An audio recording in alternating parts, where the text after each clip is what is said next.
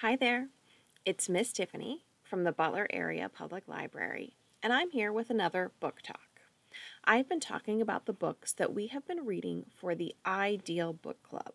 I.D.E.A.L, I-D-E-A-L, stands for Inclusivity, Diversity, Equity, and Accessibility in Libraries. Each month, the I.D.E.A.L book club examines a different topic. July is Disability Pride Month. So today I'm talking about the July selection for the Adult I.D.E.A.L Book Club.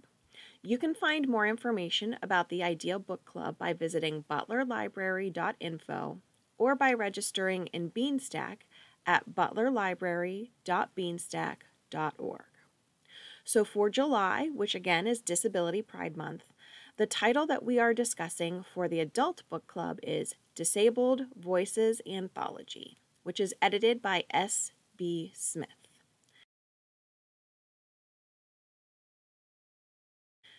So here's the description of the book. Disabled Voices Anthology features multi-genre writing and artwork from disabled creators in Canada, the U.S., and the U.K. Disabled Voices embraces multiple perspectives on disability culture, community, and identity, from the bad and ugly to the good and victorious, and anything in between.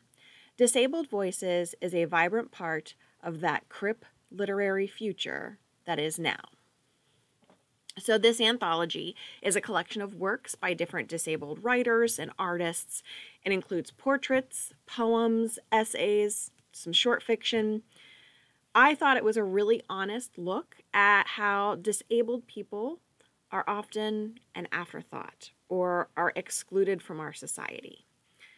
And it even talks about the fact that disabled is not a bad word and not a bad way to refer to disabled people. This book is a great way to examine how our world is ableist. Ableism is systemic oppression that favors able-bodied people. A person doesn't need to be ableist themselves, but they can still benefit from ableism in action.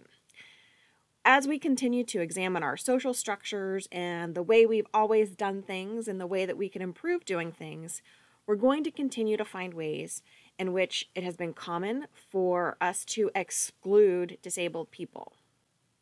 An area I commonly see this happening in when it comes to literacy and the literary world surrounds audiobooks. Some people state that listening to audiobooks isn't really reading. I am of the opinion that it is reading, and I read a lot of books this way. To me, any interaction with written media that allows its contents to get into your brain is reading. This includes print media, audiobooks, large print media, a parent reading to a child, braille books. It's all reading. Devaluing different forms of literary media is ableist because it implies that those who use those forms of media are somehow less than. Clearly, you can see that this anthology left me a little fired up. I particularly liked the pieces that deal with the concept of invisible disability. An invisible disability is one that you can't see just by looking at a person. You can't detect it from the way their body looks, the way they move throughout the world, or any assistive things that they use to move throughout the world and interact with it.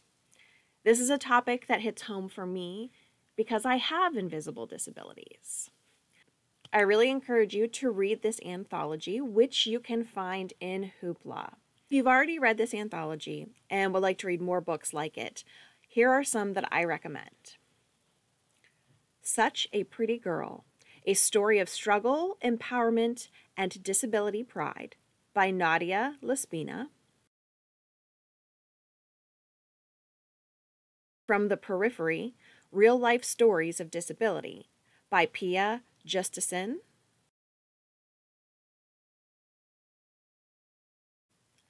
Accessible America, A History of Disability and Design by Bess Williamson.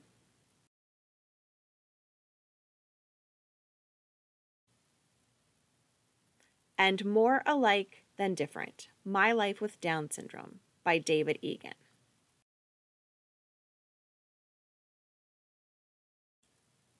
I really hope that you will consider taking a look at this book and the others that I mentioned, and that you'll consider joining in on the Adult I.D.E.A.L Book Club.